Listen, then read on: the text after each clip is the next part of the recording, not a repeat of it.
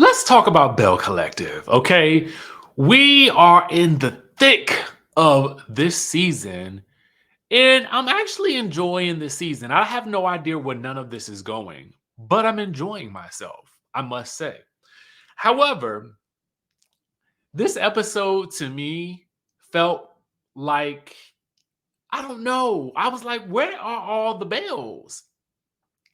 Marie was not in this episode at all. Marie Monroe and Zori Marie.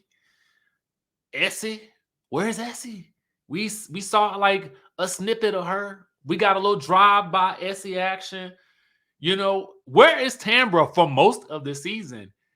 What is happening and going on in Tambra's life that she is barely has time to film this show?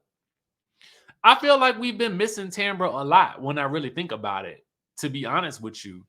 Is it that there's no story to tell there? Is there too much story to tell? Like, what is the tea? Okay. And why was neither one of them featured in this episode? Okay. Not that that made the episode any better or any worse. But what we do find out in this episode that I think is probably the headline of the episode is that we find out that Ashante, aka Sogucci, is pressing charges on Selena, who we have not seen hide nor hair of since the altercation. Okay, where apparently she gave that good old Ashante a good knot upside the head, for which Ashante is, I would say, a good sport about it because she was able to joke about it, but she's pressing charges, so ain't no sport there. Okay. Now, in the chatterization, let me know whether or not you feel like Ashante should have pressed charges on Selena or not. We've seen many an altercation happen on many a shows, okay? And not nearly as many of them face such dire legal consequences as the pressing of the charges. However, we also didn't see the degree to which they were rolling around on the floor. Okay. We saw chaos, mayhem, and quick cuts, but we really didn't see anything as the viewer. So we only have the lady's account of the altercation to go on. And because I know this is own, they classy and stuff. So it's highly unlikely that we will ever see that footage. I mean, unless they wanted to sneak it up on a digital exclusive or something, or somebody want to send me the clip. Not that I condone any sort of um you know putting paws on people or nothing like that, because I don't believe in it. To be quite honest with you, if I saw a fight breaking out, I'm going in the other direction. Okay. um I know, yep, I am, unless it's somebody I know and I got to pull them out, because I feel like every time I see a fight nowadays, the people that is trying to break it up, they be getting beat down the worst. Okay. And I don't want no parts of that. Okay. I don't want no parts of it. So anyway, I'm interested to see, like, how bad was this for me to now know that there are charges being pressed. And I feel like once you press that button of pressing the charges, once you hit the charges button, it almost feels like there's really no coming back for the family. I mean, I can't say that I blame Ashante for doing so, but because I didn't see how severe the altercation was. But what I can say is that the pressing of the charges is definitely going to add some fire to the mix of trying to put the family back together again, especially because things had already been rocky, but they had been able to kind of make it. I feel like now this is just, I mean, and then what does that do for Selena's filming prospects? For me, see, she seemed like the likely new character for season 4.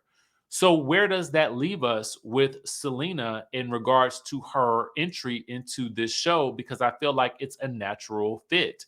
I mean, it is very, Teresa, Melissa, and Joe of it all, but because there's such a deep familial connection. But I feel like that's something that we've never really seen like that on our television screens, and we need to see it.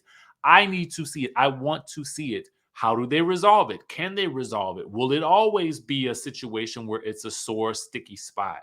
Um, I don't know. Let me know in the chat how you guys feel about it. With that being said, let's get into the episode. On a scale of 1 to 10, I'm going to give it like an 8.5. I mean, it was good, but again, I felt like there were some missing pieces to the episode. We did finally get a sneak. Well, we got Ashante, aka Sogucci, with a brand new confessional, and she is looking hot to trot. Okay. Finally, we're starting to get these new confessionals creeped in. Again, I just feel like I don't understand, to me, why for every show they're not giving these ladies new confessionals every time they come to sit down. We know who they are, right? I feel like if anything, I would just say to them, okay, keep the same hair color and length throughout the duration of your confessionals. If you want to, if the idea is that, oh, you know, the average, or when they get introduced to the show, they may not know who all of these different people are if you're always in something different. So for the continuity of it, I understand it, but for the practicality of it, it makes zero sense because I can see the difference every time they have a new confessional. And that to me is more jarring than them just having a new confessional look. But anyway, that's me being picky. Okay.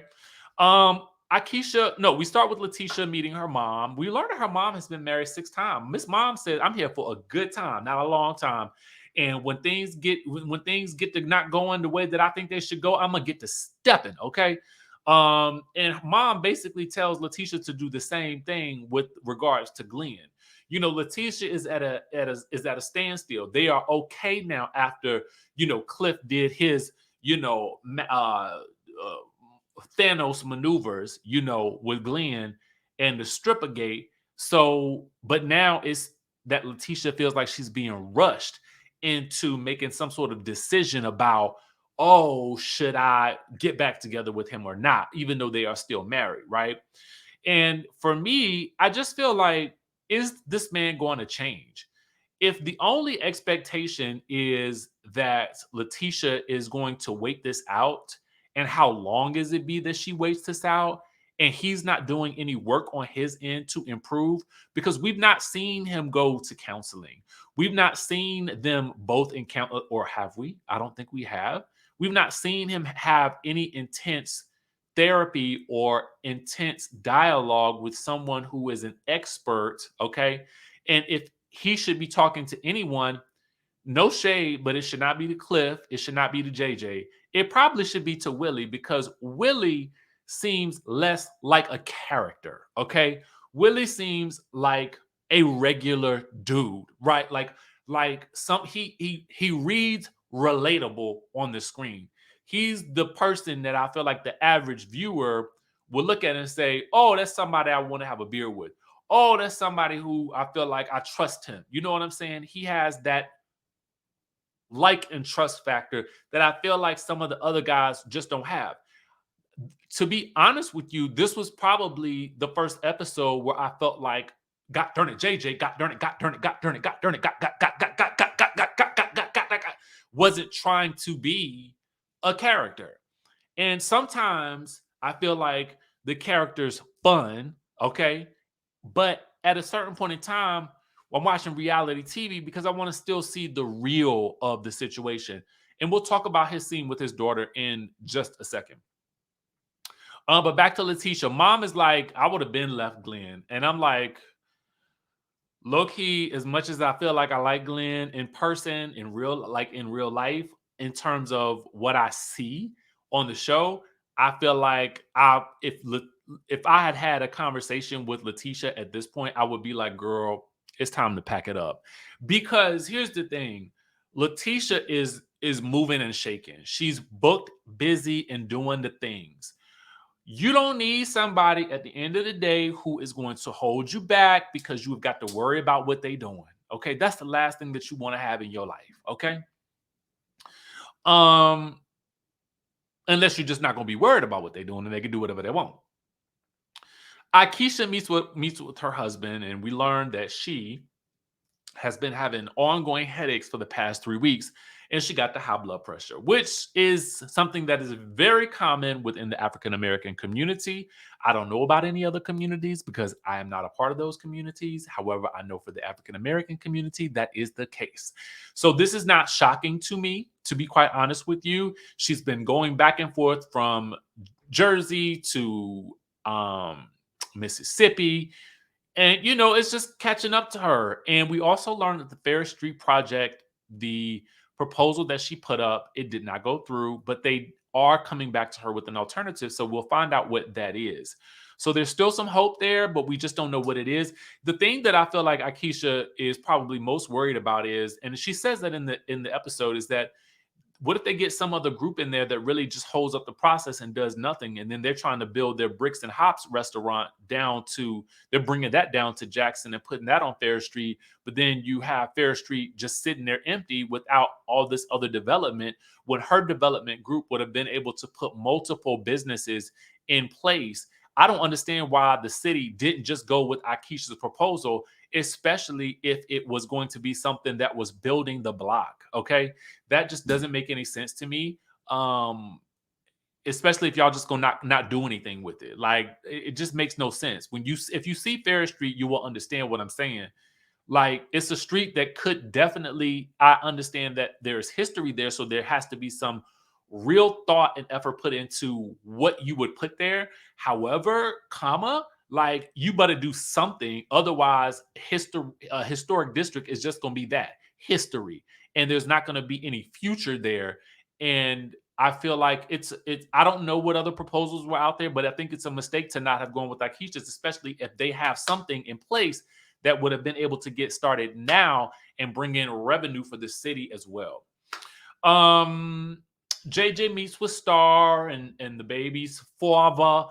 And basically, he want to know when y'all gonna let Gucci meet the baby. And she's like, yeah, I don't think that's gonna happen anytime soon. She's pressing charges against our mother. Okay, we know that's your wife, and you back her, but we back in our mama. We didn't have conversations with Ashante, and they ain't working. She's still doing the same old things, and now she done got a pop on the head. So um JJ in his confessional is like, I mean, and again, this to me was a good scene for JJ because it took him out of character and it put him in the serious, like, father role. Like, what are we gonna do? There was still some got turnits in there, but for the most part, I enjoyed it, even though his truth is that, okay, I'm back in my wife, and y'all just gonna have to deal. Which will be interesting to see how they will deal with it moving forward. And we'll finally get to see what Soguchi's daughter Dee thinks about all of this next week. So more on that to come, because I've been wondering when we were going to hear from her. Latrice meets with Mandy and Josh for aerial yoga. This is an interesting conversation because it's our first time on camera seeing Latrice confront Josh about running back and telling her business to Akeisha. Now, Mandy is like, well, why didn't you just come talk to me if you felt like you needed to vent? But Josh, in his confessional, basically says he don't really talk to Mandy like that, and he favors Akeisha. But Latrice is like, well, you know how these girls in this group feel about me, which I have said. I feel like don't none of them like Latrice or Tambra at this point. For whatever reason, it feels like they just don't really F with them like that. But that's just my assessment based on the show. Okay. Although we'll see some efforts creeping in at the end of this episode, which I think is a bright spot for the episode as well.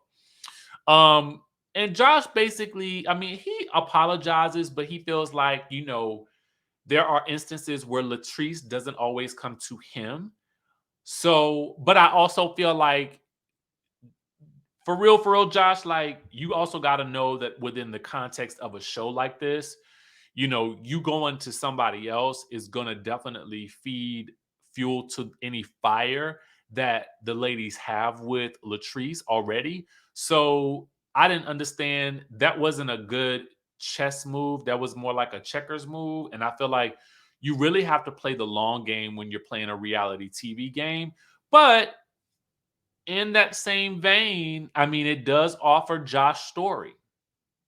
So there is that. And he's gotten a confessional for which he shades Cliff up and down throughout that confessional. So they make up. Akeisha meets with Gucci for a walk.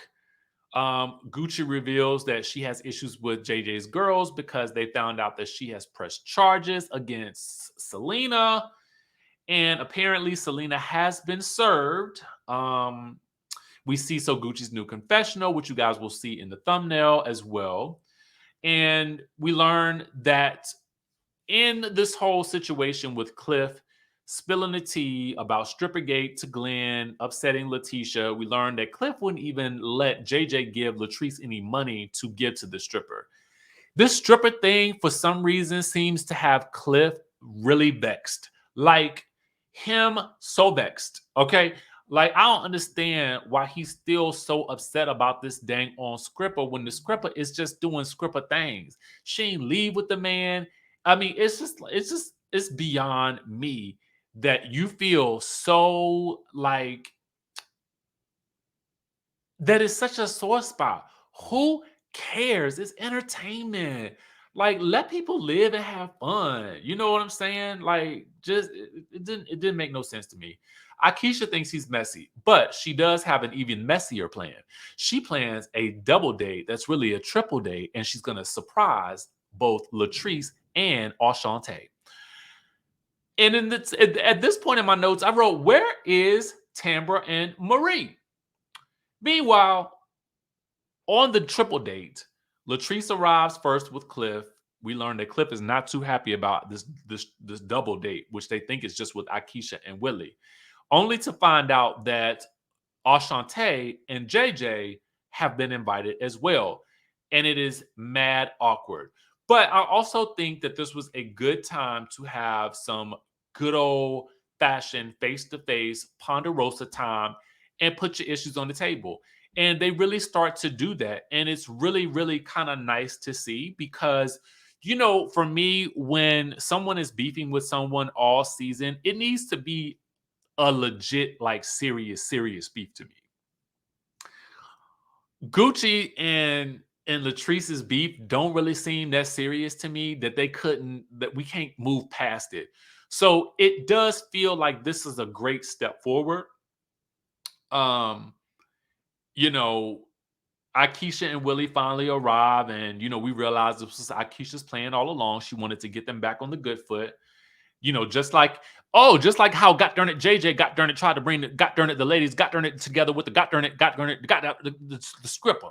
Okay, for which again Uncle Cliff is like so like bothered and just pressed and just it's not classy based. Oh my God, it's so not kosher. Oh, the stripper. Oh, I saw the stripper. Um, it's just like, why are you so obsessed with this stripper? Anyway, so they get into couples things and stuff like that, and the question arises of has anybody at the table experienced any cheating within their relationships in the past? And Gucci's like, well, I mean, I don't know. JJ got his ex, got darn it, ex-wife, coming around, and she didn't bop me upside my head. So she's clearly able to joke a little bit about it, and they get into all the discussion, and it finally comes out for Ashante, aka Sogucci, that she felt like Latrice set that whole thing up. And Latrice is like, I would never do that. I had no intent. I had no idea that would happen, especially because you guys have been around each other before. We learned that Akeisha also knows Selena, and she was also shocked by the whole incident. So everybody in the collective seems to really know Selena. So I'm like, what are we waiting on? She seems exciting to me. I mean, that's just what I think. I don't know. Gucci and JJ are going to have a donation event, I guess next week, and everybody is invited. They all toast, and Latrice suggests a trip, but Willie says, no, I think Willie says, well, just not to Jamaica because, that's where that stripper is. And we do not want Cliff to go into another spiral over this doggone stripper. God darn it. So anyway, this was the episode of Belle Collective. Let me know what you guys thought about it. Did you like it? Did you love it? Did you want some more of it? Let me know in the chatterization down below, and I will catch you all in the next video. So, Desiree Davenport, what are you hoping to accomplish with this show? Honestly, I've lost everything in the most horrible way possible.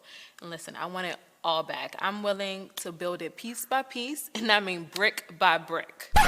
Oh, honey, she is done. I bet you a Burke and she doesn't last all season with us. Just watch. I'm Misha Hill, and I'd like to consider myself the matriarch of this dynamic group of ladies. I mean, someone has to keep them under control. I'm Davita Delaney. I mean, I think I could teach these ladies a thing or two about how to get and keep a good man. They said she was a gold digger. She ain't do that for me. I'm just really looking forward to being surrounded by other empowering bosses. Yes, I know exactly what she's doing. And if she keep playing in my face, I'm gonna have to let her off her dirty little secrets just like she did to me. And I'm not playing. Let's get this straight. If I brought you into this circle, I just as easily can take you out.